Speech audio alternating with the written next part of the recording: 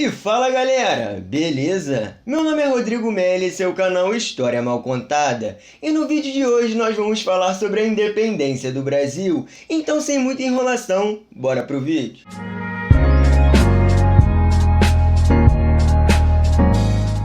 A separação política entre Colônia do Brasil e Portugal foi declarada oficialmente em 7 de setembro de 1822. Ela resultou de um processo iniciado com as revoltas emancipacionistas do final do século XVIII e início do século XIX, a vinda da Corte Real para o Brasil e a crise do sistema colonial.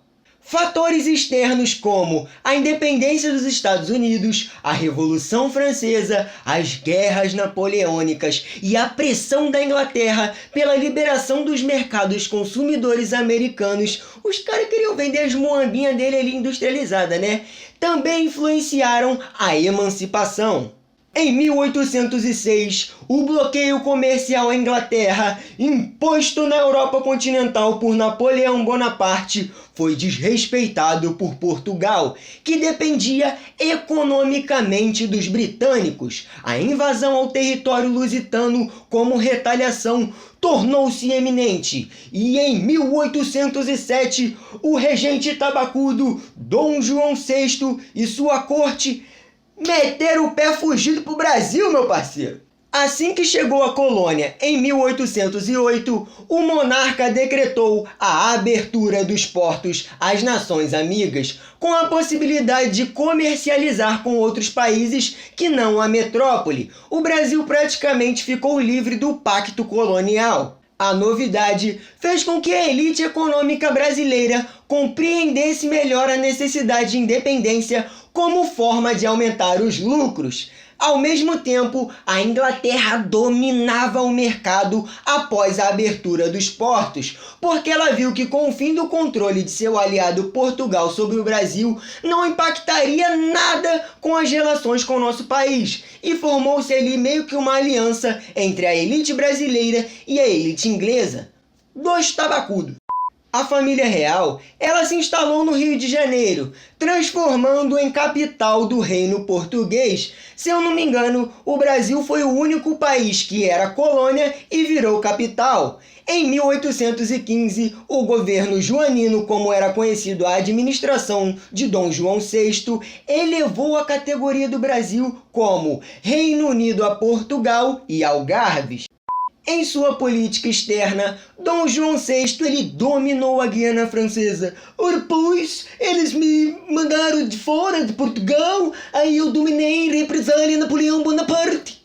E esse domínio foi de 1808 a 1807, e ele ocupou também a Cisplatina, que é o atual Uruguai, em 1821 a 1828. Regência de Dom Pedro. Em 1820, em Portugal, a burguesia tomou o poder por meio da Revolução do Porto. Foi instalada uma monarquia constitucional baseada nas Cortes Constituintes, o Parlamento. Elas obrigaram Dom João VI a retornar a Portugal e a jurar lealdade à Constituição recém-promulgada. Ele voltou e deixou em seu lugar, como regente do Brasil, seu filho Dom Pedro, que deveria conduzir a separação política caso fosse inevitável. Pela Constituição Portuguesa, eram claras as intenções do novo governo em recolonizar o Brasil. Também era exigência da corte a volta de Dom Pedro à Europa. O príncipe regente, entretanto, resistiu às pressões, as quais considerava uma tentativa de esvaziar o poder da monarquia. Formou-se em torno dele um grupo de políticos brasileiros que defendiam a manutenção do status do Brasil de Reino Unido a Portugal. Em 29 de dezembro de 1821, Dom Pedro recebeu um abaixo-assinado de representantes da elite nacional, pedindo que não deixasse o Brasil. Sua decisão de ficar foi anunciada em 9 de janeiro do ano seguinte, no episódio conhecido como Dia do Fico. Pois, se é para o bem de todos e felicidade geral da nação, estou pronto. Digam ao povo que fico. Entre os políticos que cercavam o regente, os baba-ovo, estava José Bonifácio de Andrade e Silva. Ele era ministro e conselheiro de Dom Pedro. Ele, num primeiro momento, lutou pela manutenção dos vínculos com Portugal. Porém, ao perceber que o rompimento era necessário, ele se tornou o principal ideólogo da independência do Brasil, tornando, no caso, entrando para a história como o patriarca da independência. Tabacudo.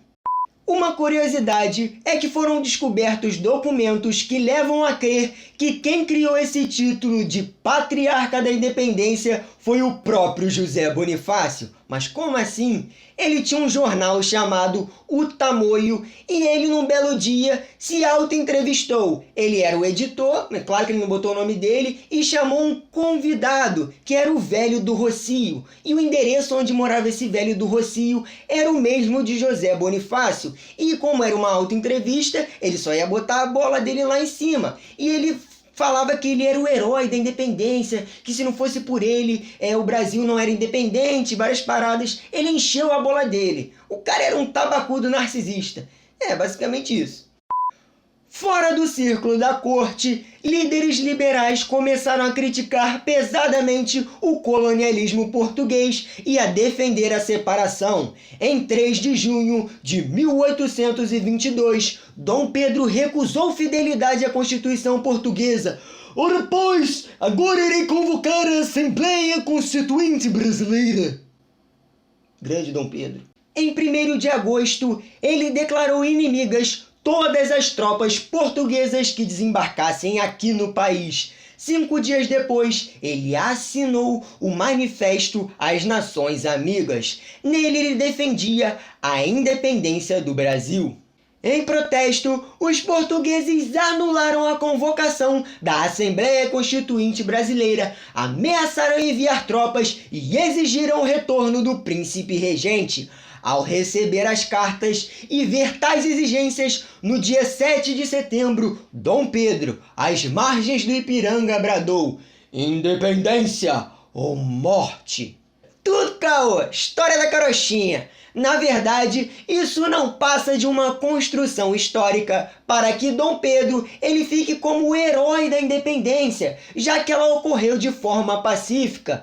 Muito provavelmente, na hora que ele recebeu essas cartas, ele estava dando um cagão às margens do Ipiranga, já que nos diários que eram escritos nessas viagens, um dia antes, Dom Pedro ele já estava se sentindo mal, comeu uma paradinha ali que não fez bem. Então, às margens do Ipiranga, ele estava dando um cagão. Essa parada dele em cima do cavalo é só construção histórica. Ele devia ter falado assim: ora pois, independência para o Brasil e morte. Morte ao cozinheiro. Meu Deus, estou rasgando minhas pregas. Em 12 de outubro, ele foi aclamado imperador e em 1º de dezembro ele foi coroado e recebeu o título de Dom Pedro I, o cagão. O cagão não tinha, mas é engraçado. No início de 1823, realizaram-se eleições para a Assembleia Constituinte, encarregados de elaborar e aprovar a Constituição do Império. Entretanto, o órgão entrou em discordância com Dom Pedro I e foi fechado em novembro. O texto acabou sendo elaborado pelo Conselho do Estado, instituição nomeada pelo imperador, e foi ortogado, ou seja, imposta sem o voto, em março de 1824. Com a Constituição em vigor e vencidas as últimas resistências portuguesas nas províncias, a separação entre colônia e metrópole estava concluída. O reconhecimento oficial da independência pelo governo português só viria em 1825, quando Dom João VI assinou o Tratado de Paz e Aliança entre Brasil e Portugal, sendo que ele só aceitou esse acordo porque Dom Pedro ele aceitou pagar uma indenização ao governo português, que no caso eram 2 milhões de libras esterlinas, que no caso hoje em dia daria trilhões de reais. Era dinheiro à beça. E foi aí que o Brasil adquiriu sua primeira dívida externa. Ele pediu dinheiro emprestado para a Inglaterra, no caso, e até hoje deve. Ora pois, esse é o vídeo de hoje. Se gostaste, deixa o like, se inscreva no canal e ativa o sininho para as notificações. E não esquece de checar os links na descrição. Eu vou ficando por aqui. Tamo junto.